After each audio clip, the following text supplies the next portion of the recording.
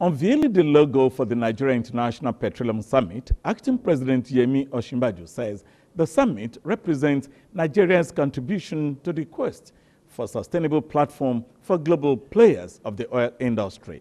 Commenting on the relevance of the extraordinary session of the Council of Ministers of the African Petroleum Producers Organization, the acting president observes that in the last 3 years, oil-producing countries across the world are experiencing the negative impact of the drop in oil prices.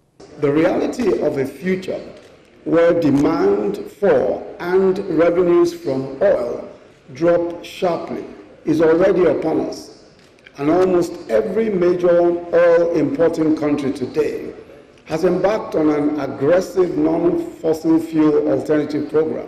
As Acting President Osinbanjo explains, governments' revenues and export bases are in dire need of diversification away from dependence on natural resources. In Nigeria, we're pursuing a series of reforms along these lines, combining executive and legislative action to create a sector that is more efficient, more transparent, and more attractive to domestic and foreign investment.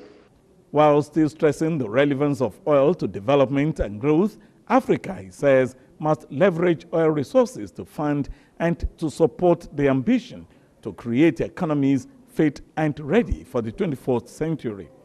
Around the world today, we're increasingly seeing crude oil, often of untraceable origins, funding the activities of terrorist groups and other purveyors of violence and conflict.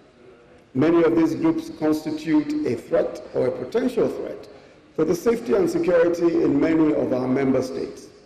Ample reforms, therefore, need to build the capacity to maintain a reliable statistical database. Today, these objectives are undoubtedly the access to all to modern energy resources at low cost and environmentally friendly.